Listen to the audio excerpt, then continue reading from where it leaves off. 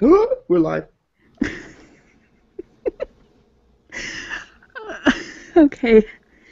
Hello, everybody. Today we are interviewing Mr. CreepyPasta.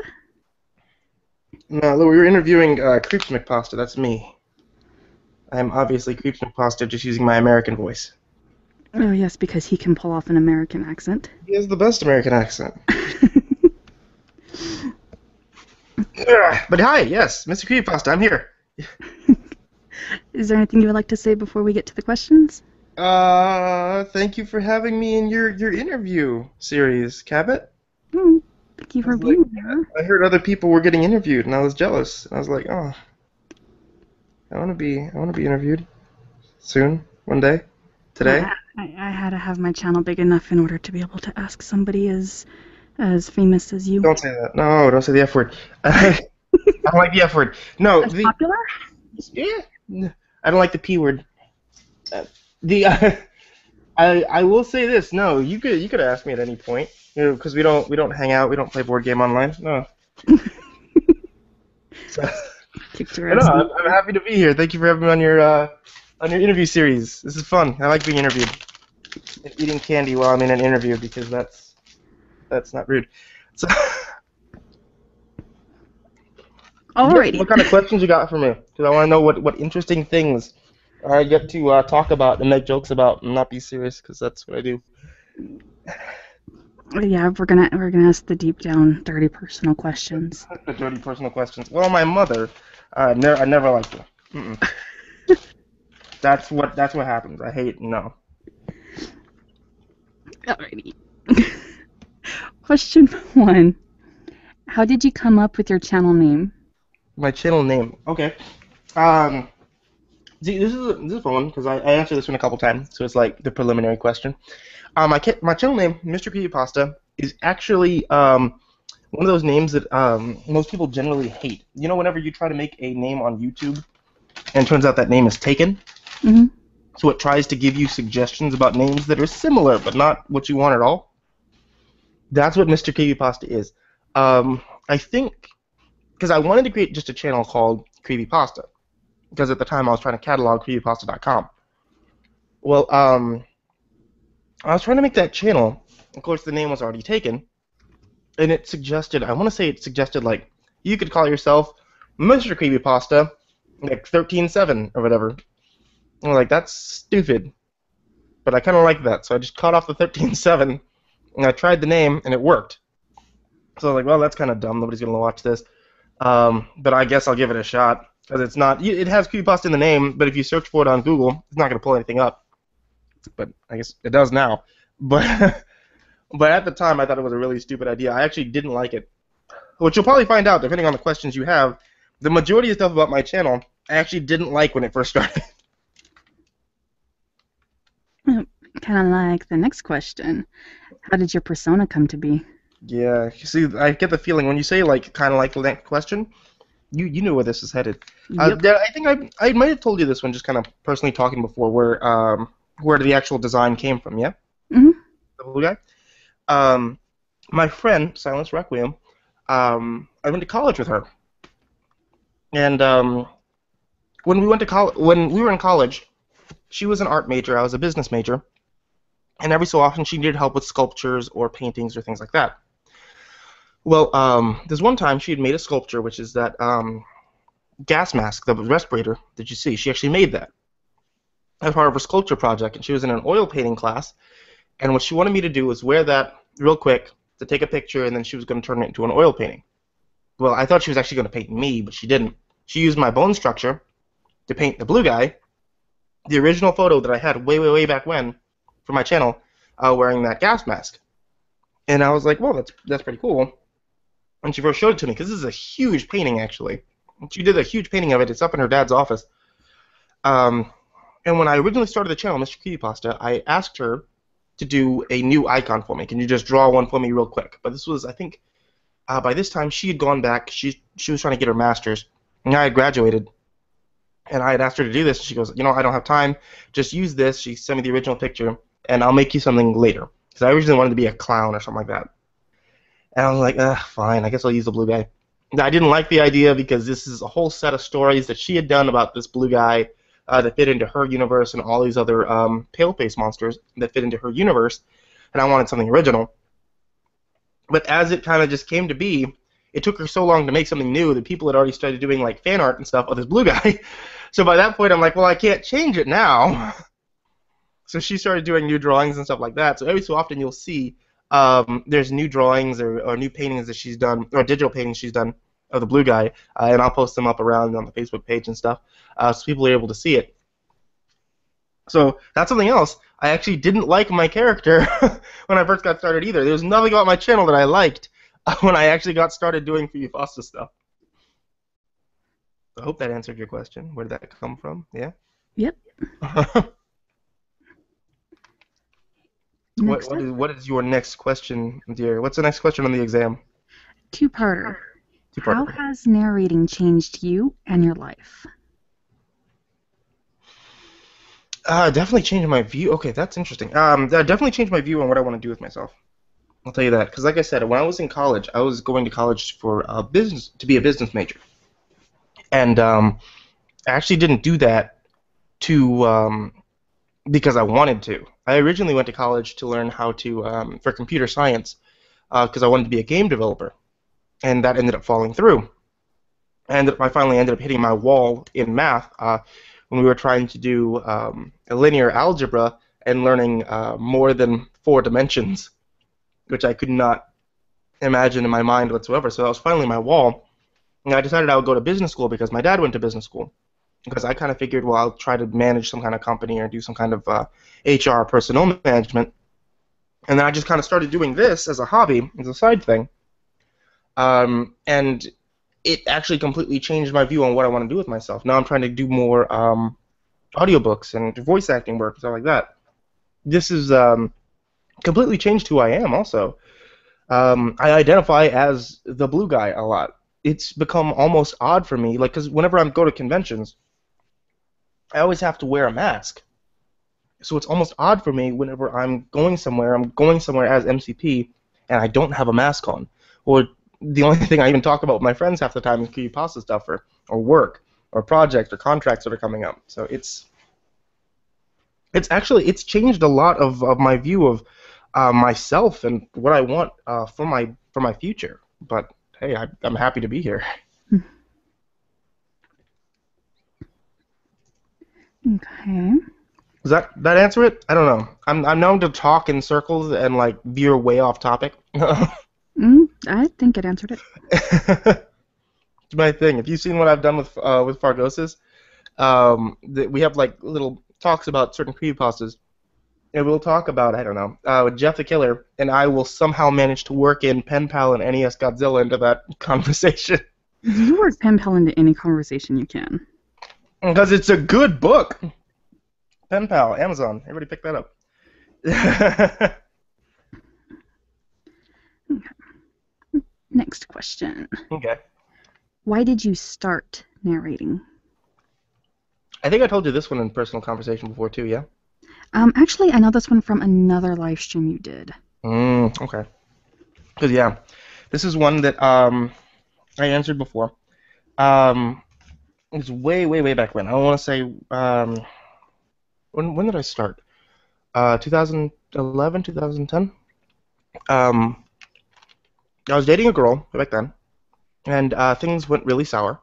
But we would do stuff together. We would go to horror conventions. Well, not even just horror conventions, horror screenings and film festivals and stuff like that that's around where I live. And I thought it was a really good relationship at the time, but it ended up falling apart. And she was a film major in college. And a lot of the time I would be an actor or producer on set with her. So I would work a lot with stuff like that. Also attend her classes and things like that, where I ended up learning a lot to do with sound and film. But when the relationship was going sour, I was trying to think up a way to create something that we could still do together that she would think would be cool or interesting or whatever. And the thing I ended up coming up with, since I spent a lot of time at my job at AT&T, since I had a lot of downtime, I would read creepypastas on the website. So I kind of figured, well, I could try narrating them since nobody else is around. Since we were both into like podcasts and stuff like that. I'll try narrating them like a podcast, and I'll upload them somewhere where people could be able to see them. And I didn't know where. I was just like, oh, I'll find something. I could upload it to YouTube, just turn it into a video real quick with Windows Movie Maker, and then she'll like it, and we can listen to them together, or she can listen to them. It'd be something fun for her. And she hated it. I did like, I want to say 3 or 4, and then I gave up. I thought it was stupid. And I was like, nobody's gonna watch this. Nobody cares. We broke up, and I was a huge mess. And I was thinking, there's no real point in doing this if nobody's gonna listen to it. She's not around anymore. What am I doing? So I gave up, and I ended up coming back. I want to say like 2 or 3 months later, because I didn't use YouTube a lot. Like I wouldn't sit there. I wouldn't watch Let's Plays or anything. So I ended up coming back just watching another YouTube video, I think. And when I came back, I noticed that my views were actually pretty high, like more than it is on my personal channel. I was like, well, I guess people actually kind of like this. And people were asking when the next one's coming out, or am I still there? Am I coming back? I was like, well, I guess I could try a couple more videos. And then years later, I'm here at more than 500. But that's how it all started. That's what prompted me to become a creepypasta narrator. And I still say the exact same thing, is that I am all for going to extreme lengths to get the attention of women.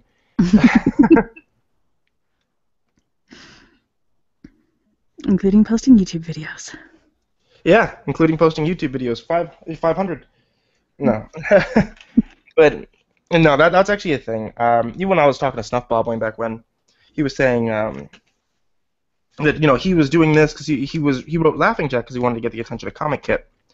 And I was like, oh well, you should have told me that way back when, because I am completely for doing incredibly insane things just for the attention of women. If you had told me that way back when, I would have read this story way sooner. Next question. What creepypasta do you want to narrate but are having trouble narrating?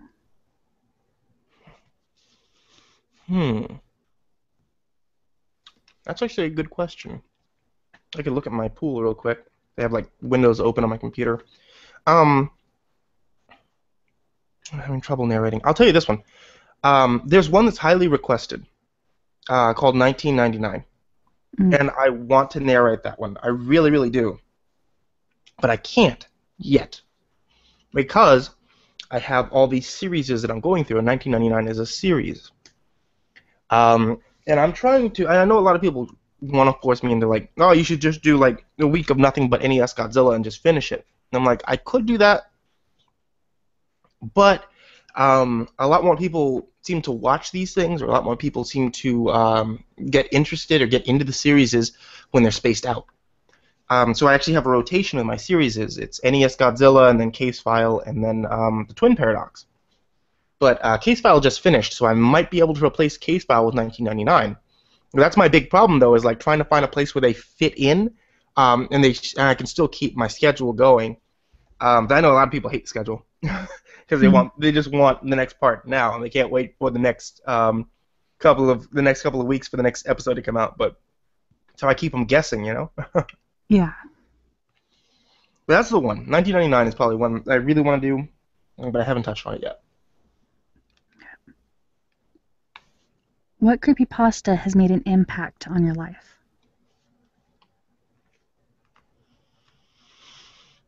I'll tell you what made an impact on my channel is definitely Jeff the Killer. Because, I mean, that's the biggest video that I have, period, hands down, by far. That one has twice as many views as any other video besides that one. That and also, like, the only real creepypasta that I've written was the audio drama for Jeff vs. Jane, which really is one of my favorite works I've ever done.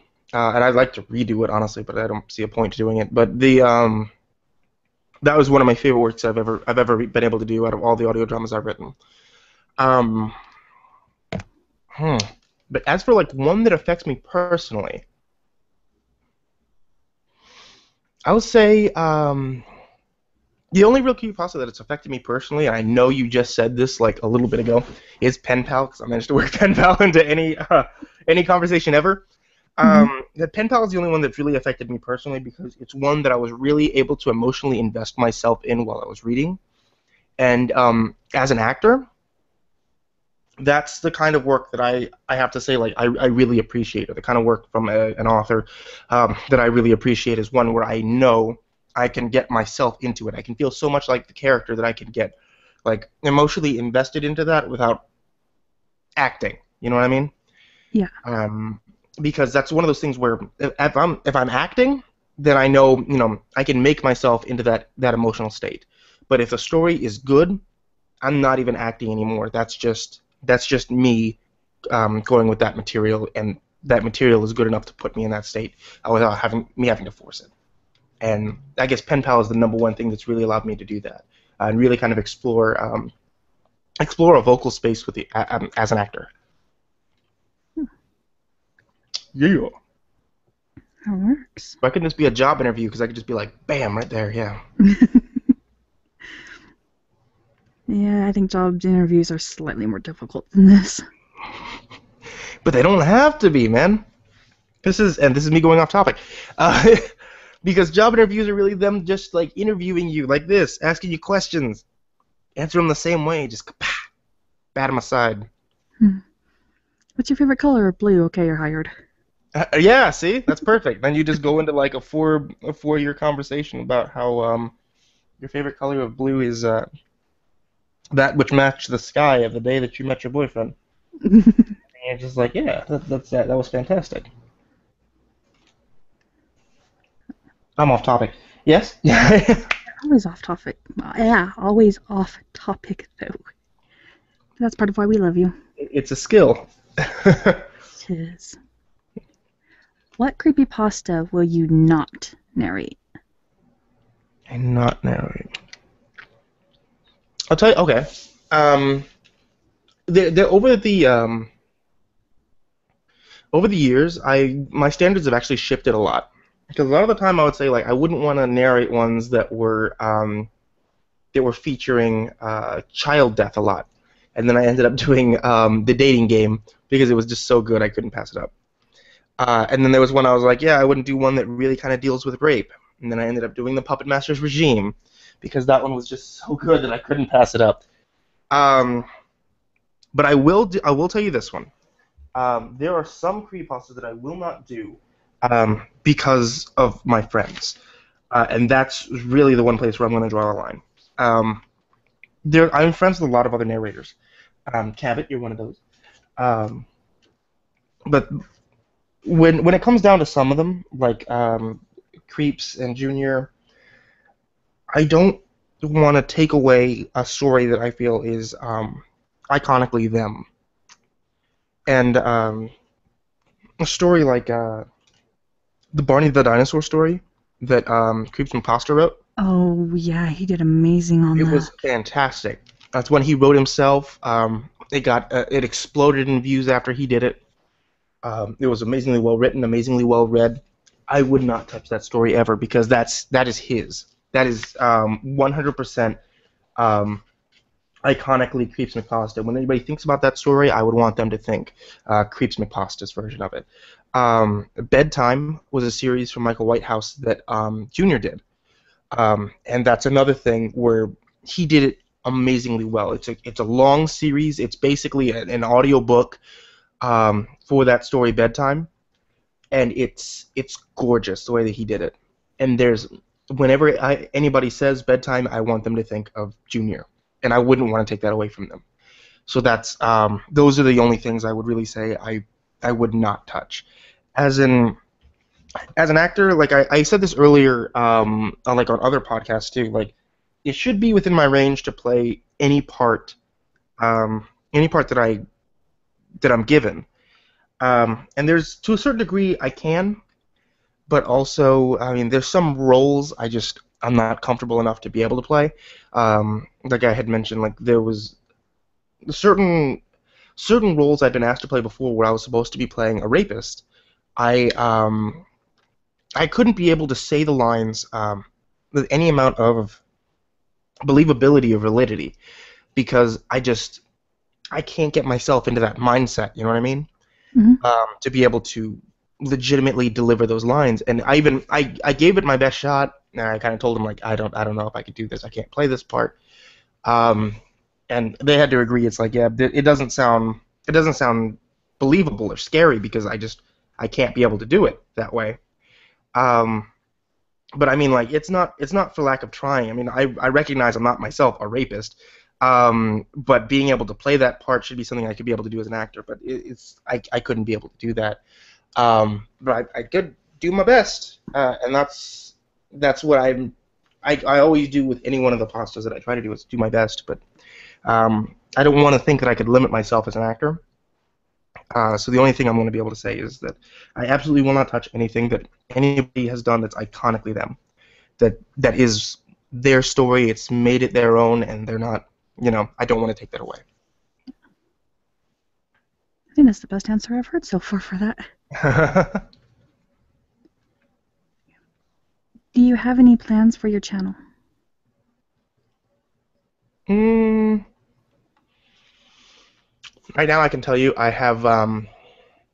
So recently, I passed 500,000 subscribers, and I've not acknowledged that yet on my channel. Even though I know a lot of people are like, "Oh, but you said you were going to do something," and I was like, "Yes, I am." Um, but I haven't acknowledged it yet because the thing that I'm planning to do isn't done yet. According to the projections I was getting online, I wasn't supposed to reach 500K until the end of this month. Hmm. So everything that I have that I was supposed to get ready isn't going to be done until towards the end of this month. I can tell you it's something really good. It's something really long, which is what people have been asking me for. And also, there is a live action video that I'm working on with Well Hey Productions, um, or live action short thank you video I'm working on with Well Hey Productions that should be very spectacular also. So there's something there. Those are the major current plans I have going on right now. As for planning over the summer and stuff like that, I got nothing yet. But Congratulations on your 500K. oh, thank you. Okay. Next question, and getting into the slightly more personal questions. Okay. How does it feel to be Mr. CreepyPasta? How does it feel to be Cabot? I mean, it's no different. It's just that's just what I do. I just stay at home all day and play on the internet. That's about it. It feels about the same it was when I was in college, except the only difference is I'm sitting at home and playing on the internet and not in class playing on the internet. The it's absolutely no different. I mean, like when I was before I was doing this, I would go to different anime conventions and stuff like that just for funsies.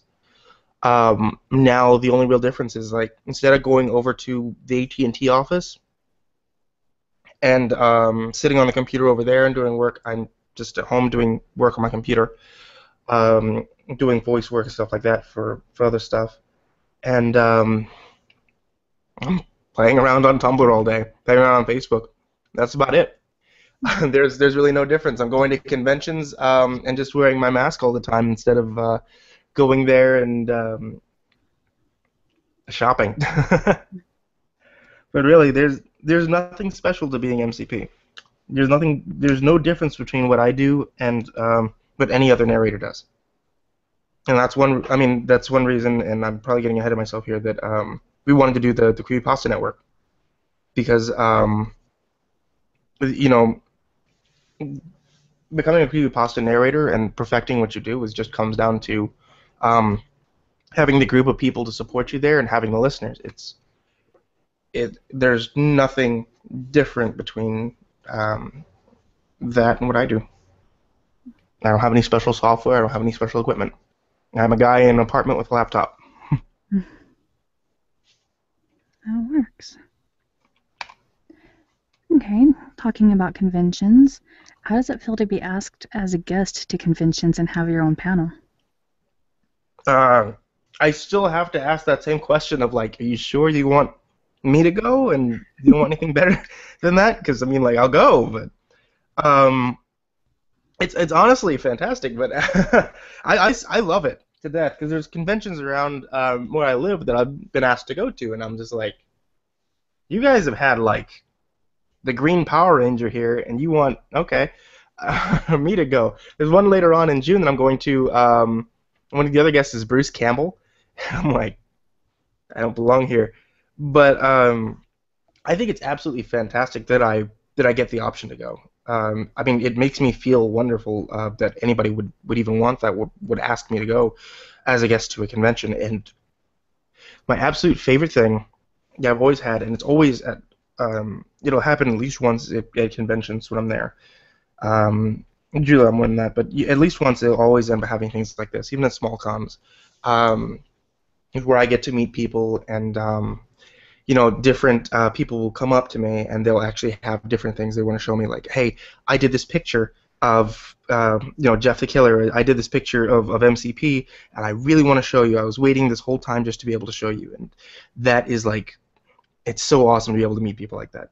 They're just like really excited to meet me, even though they can't see my face. I have a mask on. They're really excited to meet me, and they want to say, look, I've done a piece of artwork, or I've done something else, and I really want you to be able to see it. And I can tell them just how amazing that actually is, that they've completed that artwork based on a story that they've seen online, or based on a narration that they heard driving around in their car or whatever.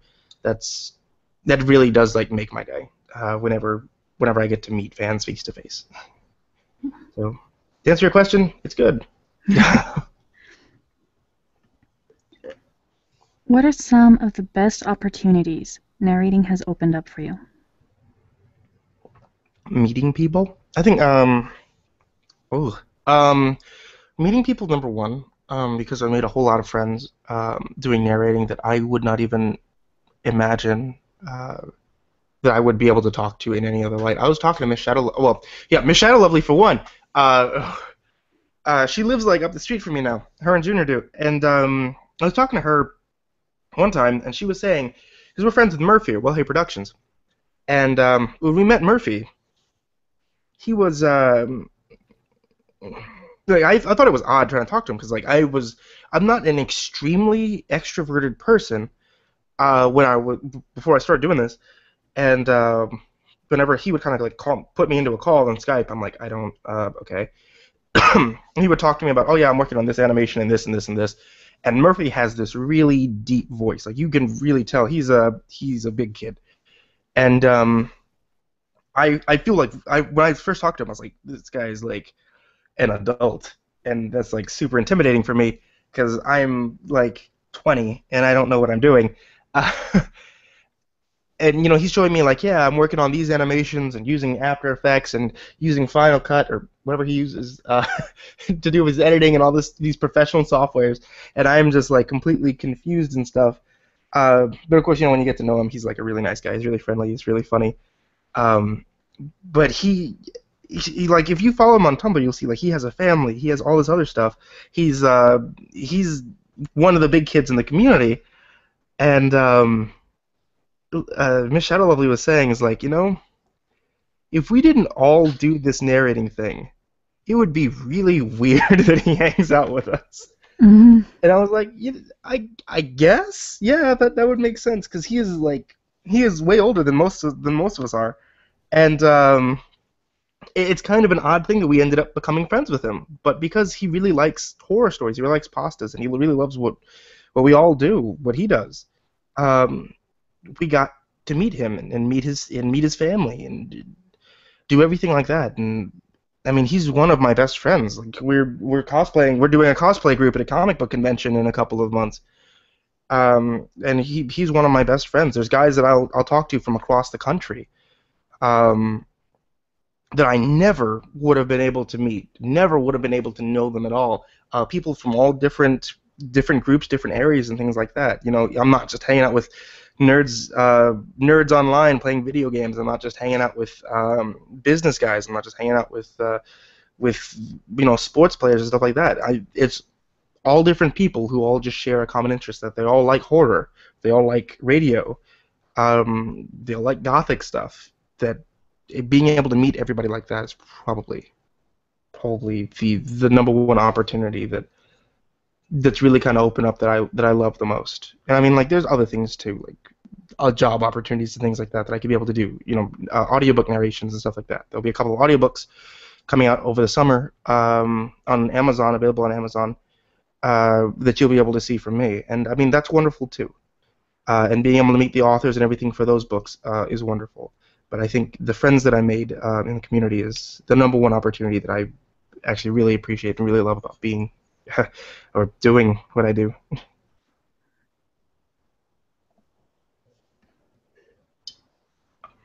Okay. I hope you're still there. Okay, yeah. I'm just trying to be able to speak. Okay. No, you can talk. You talk to me. That's what I need. You So much interview, like back and forth. We'll just back and forth it. it's You ask me a honestly, question, I'll ask you a question. I know how many people in the community actually feel that way, and how much the community has gave people a reason to wake up. The closeness of the friends. Yeah.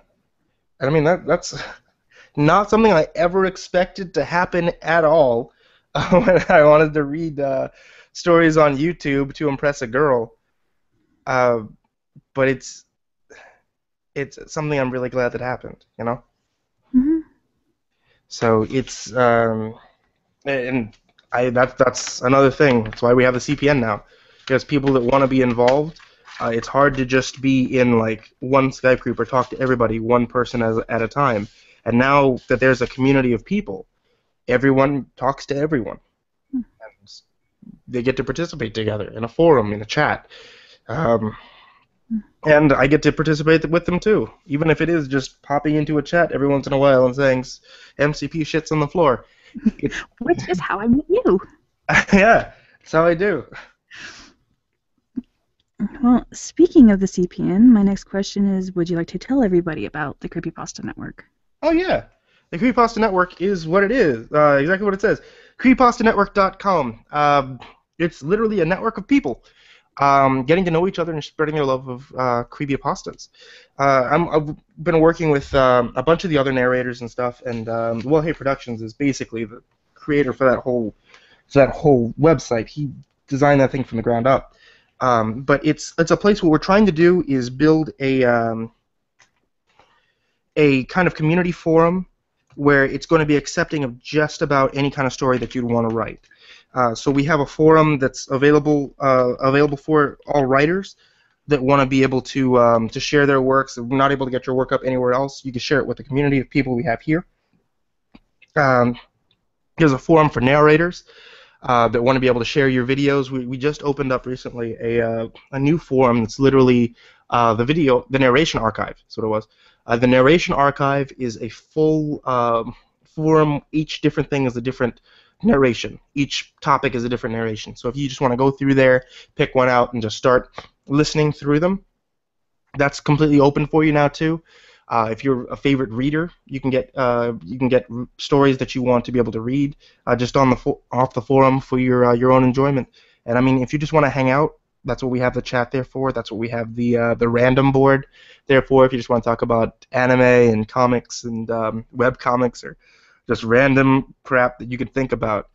We really tried our best to be able to build this as a site where people who are just wanted to be involved in the creepypasta community, the creepypasta fandom, anything like that, you just want to be able to go to, make friends, hang out, and have fun online.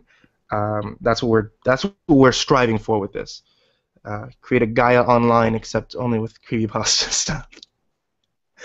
But yeah, and one thing, Murphy's a genius, and he incorporated this new system also. It's not really new. We've had it ever since the site opened up, but it's a fun system.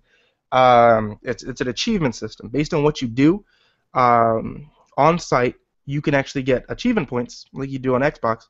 But the cool thing about it is when you get achievement points, you also get Boy Scout badges or merit badges for different topics, dealing with creepypasta things or sometimes just dealing with stupid stuff that we do.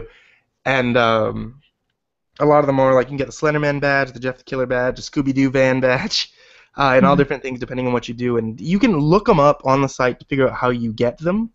But Otherwise, you'll just be pretty shocked every once in a while. You'll add like a couple of friends, and all of a sudden you've gotten the hive mind badge or whatever you get. So I invite everybody who's interested to go on there. You don't have to make an account. Making an account allows you to post and talk to everybody. But go on there, even if you just want to listen to stuff or read stuff. Go on there and lurk, because it's always nice to have more people around. Okay.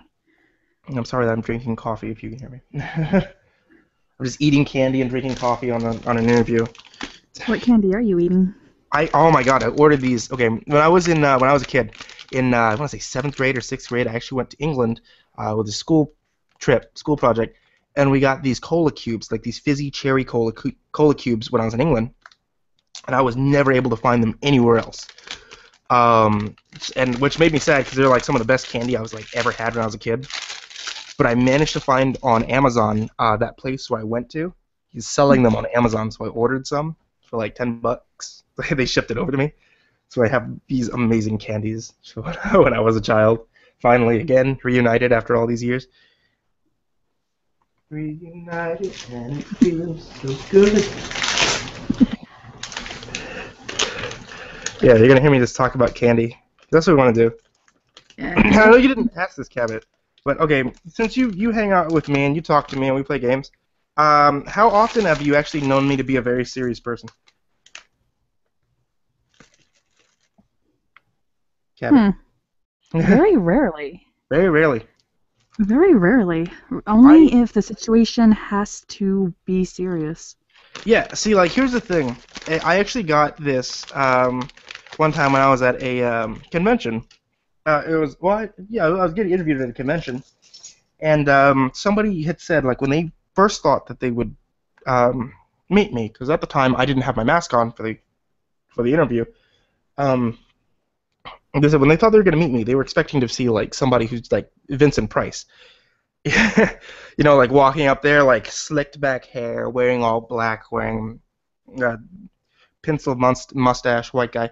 And he was saying, like, when he sees me, I walk over in like my Superman T-shirt and jeans and smiling and looking all goofy and stuff. He was saying, like, that's not what I expected. Anybody who reads scary stories for a living, like, you imagine, like, MCP is a guy who's, like, lives in his basement in total darkness and constantly evil. It's not what he expected me to look like. I'm like, yeah, I actually get that a lot. A lot of people tell me that they don't expect MCP to be a guy who doesn't really take stuff seriously. They expect me to be, like, a really gothed out guy. But surprisingly, no, that's just me. This is what I do. When I do my panels at conventions, I cannot stop joking, and that might just be because that's how I deal with having all eyes on me and pressure on me. Is I have to make jokes. But like last time we were at San Japan, they made the mistake of allowing me to manage my own music. Oh no. So every 10 seconds, it would be my turn. I would tell my story, and then Junior would step up, and his turn to tell his story. And they asked me to start out the music, and then just Usher turns on. And he just doesn't know what to do with himself. But that's seriously the case. And I can tell you this, for a fact. Me, Junior, Creeps, and Miss Shadow Lovely, none of us have ever taken anything seriously. Never we're doing stuff like in public. We can't help but goof off and joke around. I have not seen them at all do anything like becoming super dark, brooding kind of person. None of us are Batman. I think you're the biggest comic book nerd I know. I know. See, I'm surprised you didn't have more questions about that for me. Well, I'm still new at this. I don't know. I've only been doing this for about 2 weeks. Hey, whatever works for you, man. If you're doing this for 2 weeks and it's as popular as it is, props to you. All right. Well, if you want some more comic book questions, I can give you a few questions on the fly. Yeah, do it. Let's just start asking me like the most outlandish question that you can think of. And then my answer will be, I don't know.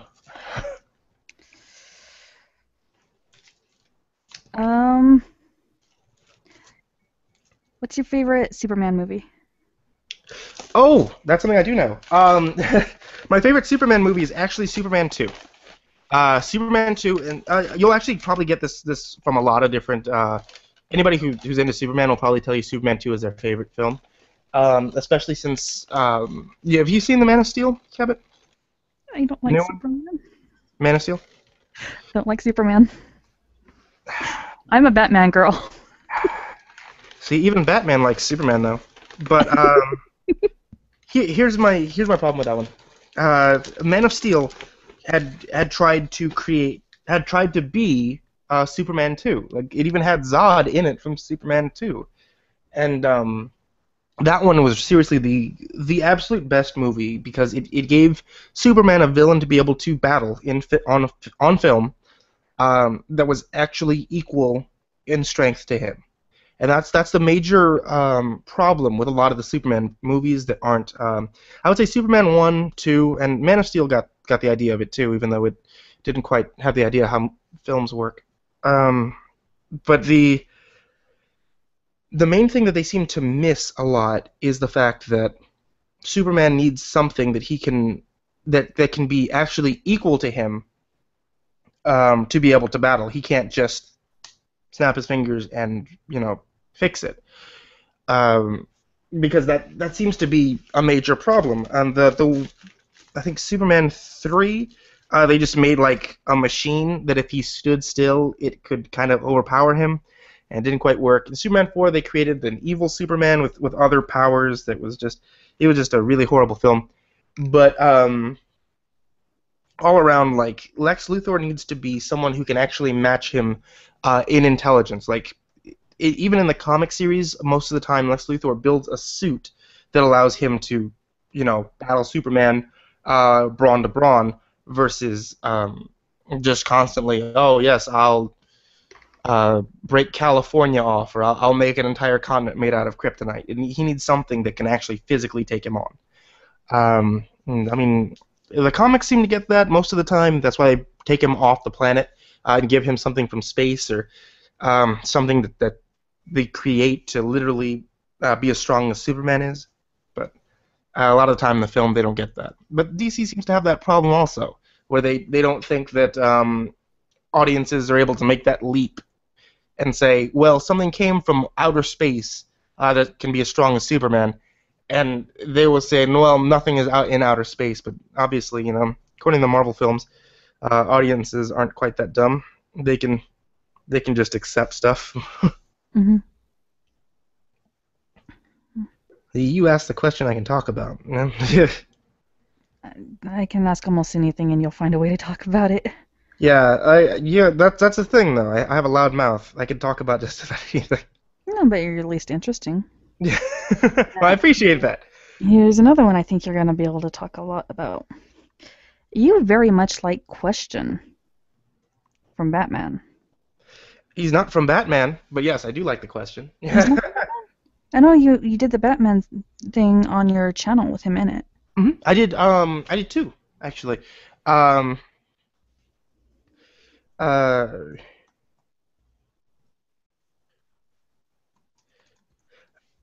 I did a Christmas one called The Question, Mm-hmm. that featured the Question and Huntress, Mm-hmm. and then I did the Batman one that you were around for New Year's last year, that featured the Joker and Batman.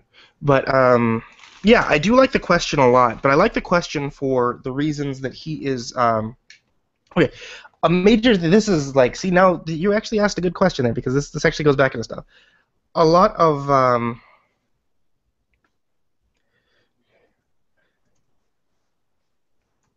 what I do, a lot of the way that I set up, the way that I kind of sound direct each story that I do is based off of two different things.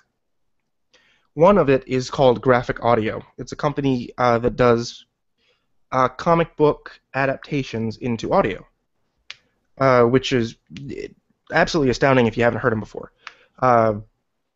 But I listen to a lot of their stuff. I have their entire set of DC comic chronology, and they really kind of inspire how I fit in sound effects, how I write audio dramas and stuff like that. And the other thing that inspires me is 40s radio detectives. I absolutely really love to listen to detective radio shows from the 40s and 50s. And the question just so happens to fit into both of those categories. He is a comic book character, and he's a 40s detective.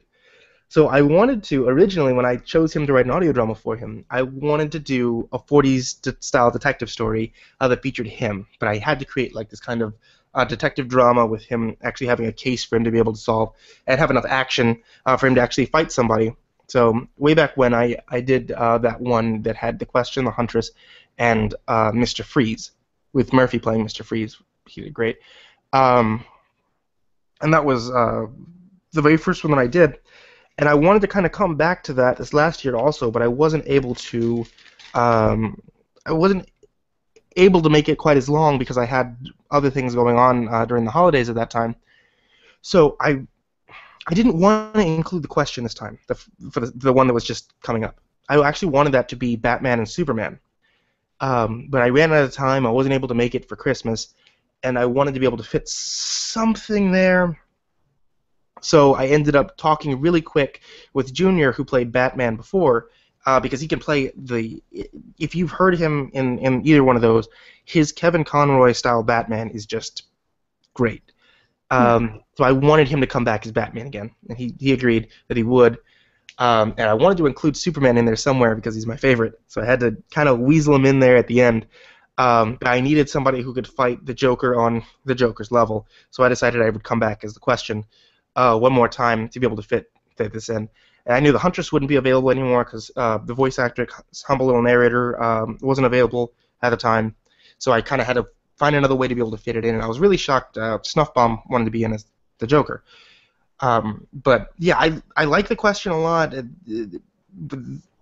It's not entirely for the same reasons that you thought it was. It's because I wanted to be able to write a detective story. Even though the second one really wasn't a detective story as much as it was just a comic book story.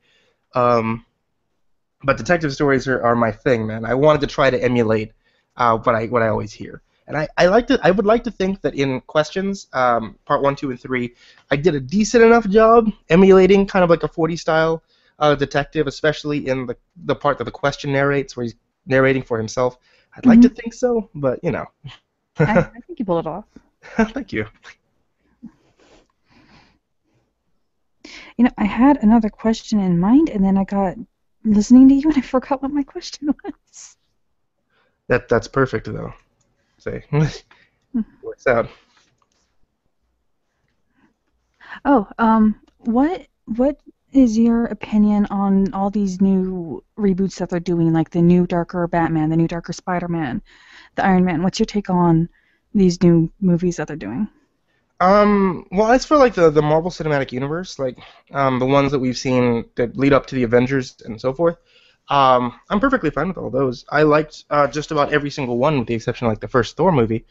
But I guess like when it came down to like Christopher Nolan, the way that he's kind of done Batman and Superman, I'm kind of a little on the fence with either one of them, because like on the one hand, I still think like all the Batman movies were really good movies, but doesn't quite grasp how a comic book Batman works.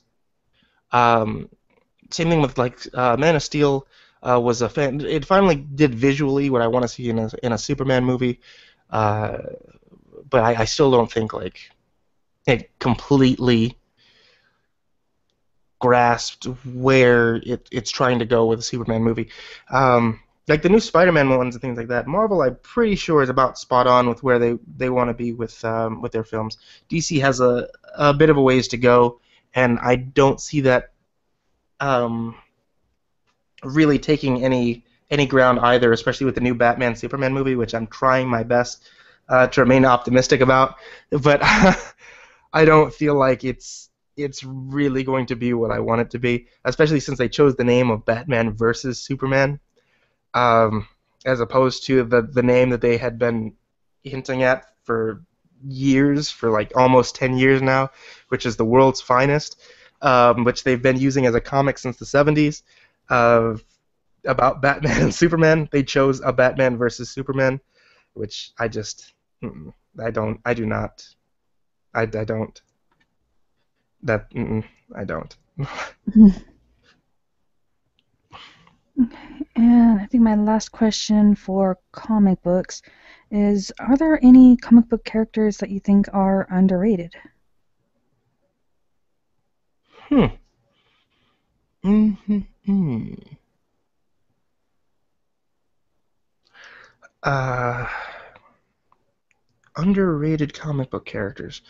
You had to ask that. I didn't realize that one was going to be the hard question. Yeah, that is the hard question because now I got to think back to comic book heroes that I really like that are not given quite the recognition. Because like I read Cape comics a lot, um, but I normally stick to heroes that are like kind of like that main spotlight heroes. And now I got to kind of think a little bit about what characters um, don't really get the limelight a lot. I'll tell you. Okay, since you brought up the question, I'll say he definitely does not get the recognition that he deserves, especially with the way he is in the reboot.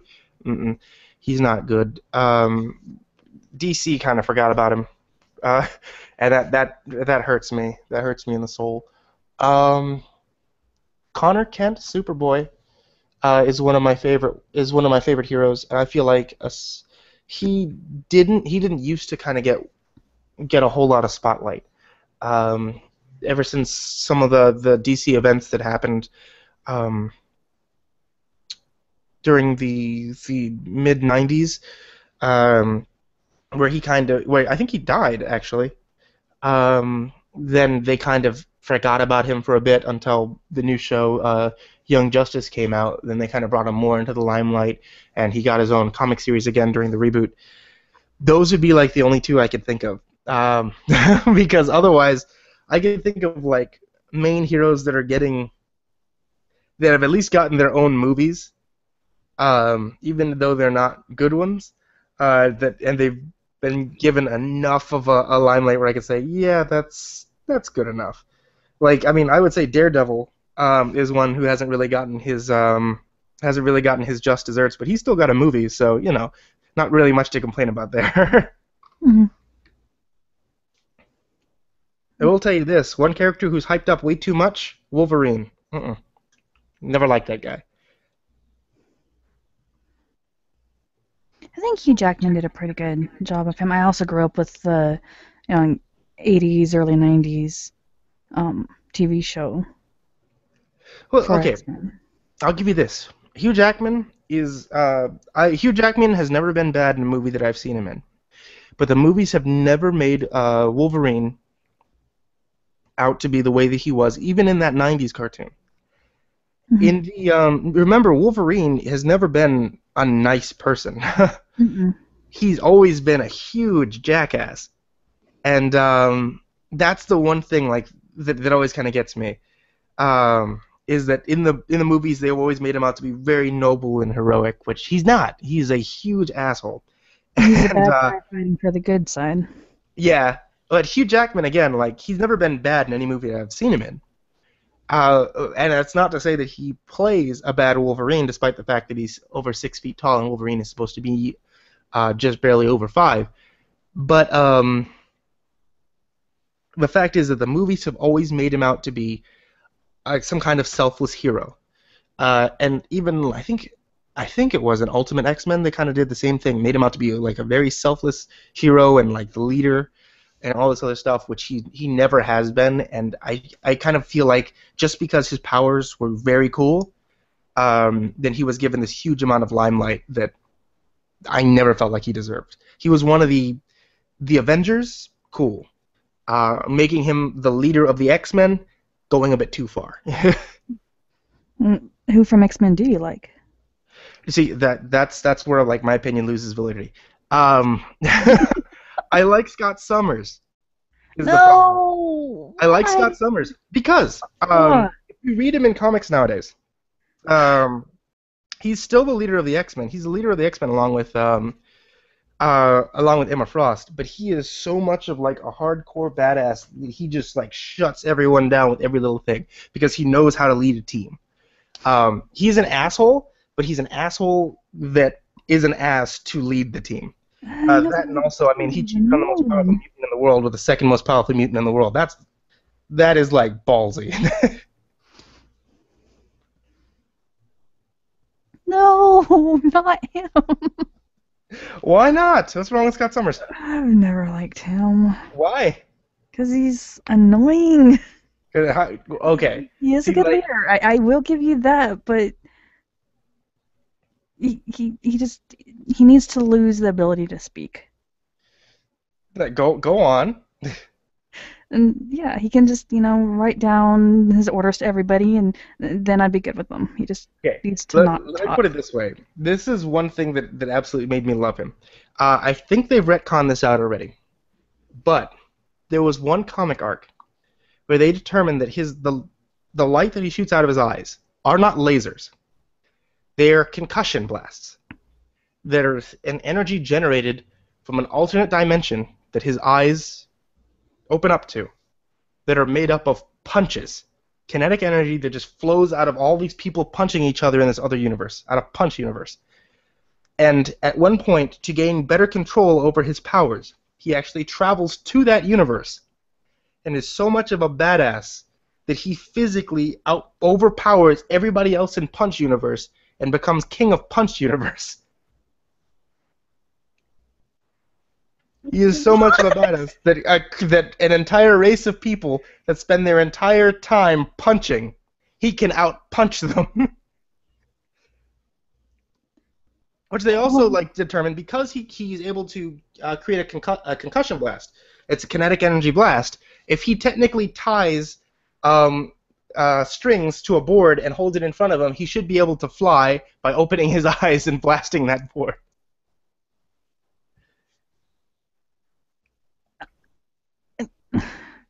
I don't even know what to say to that. I love him to death. I I think I'll just stick with Gambit. Gambit's cool too, but still. Okay. Um, More on topic. is there anything else comic book related you would like to talk about? Not that I don't have anything now. Well, I do have one more question written down. Okay. What is a fun fact about yourself?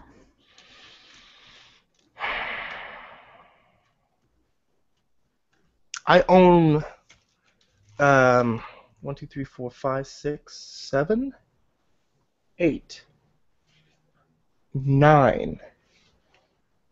I own 9 full face masks, all different themed. Not in 10, not including the Mr. CreepyPasta blue mask. Would you mind saying what the masks are? I have a Jason Voorhees mask, a classic Spider-Man mask, a Horsehead mask, a Spider-Man Noir mask, a Cthulhu mask, one full-face gas mask, one Deadpool mask, the Spider-Man face shell, the 2, 3, 4, 5, the rabbit face mask, and one black ski mask. Alrighty. I was prepared to hide my face before I even knew that I was going to hide my face. That's actually something I didn't know about you. Yeah, learn something new every day. Definitely. Well, I am out of questions, but is there anything else you would like to talk about or say before we wrap this up? I got nothing. I've talked a lot. Okay. Um, Huge thank you to everybody who's watched, who's been watching Cabot's interviews, and who's been watching my channel, and everybody who helped me get up to 500,000 subscribers. And hopefully there'll be a more formal thank you in the next couple of days or week. definitely gonna look forward to that. Yes. You know, Since we said that we were wrapping this up, over 6 people have stopped viewing. Oh, really? So they get. Because, It's like like, in the last second here, I'm going to show off my face. Now they're going to miss it. No, I'm not. you can show off your toes. My toes. No, I'm not. Yeah, there was a huge problem with that one of the live streams. So, no. I'll tell you about that later. Thanks for having me on, Kevin. Toenail polish? Say what? You don't want to show off your pink toenail polish? No, I'll tell you about it later. Talk to you later, Kevin. Well, for anybody who doesn't have the information, all details relating to Mr. CreepyPasta will be down in the description below. And thank you for watching, everyone, and goodbye. Thanks for watching, everyone. Bye. I can't find the stop button. Okay, there it is. Bye.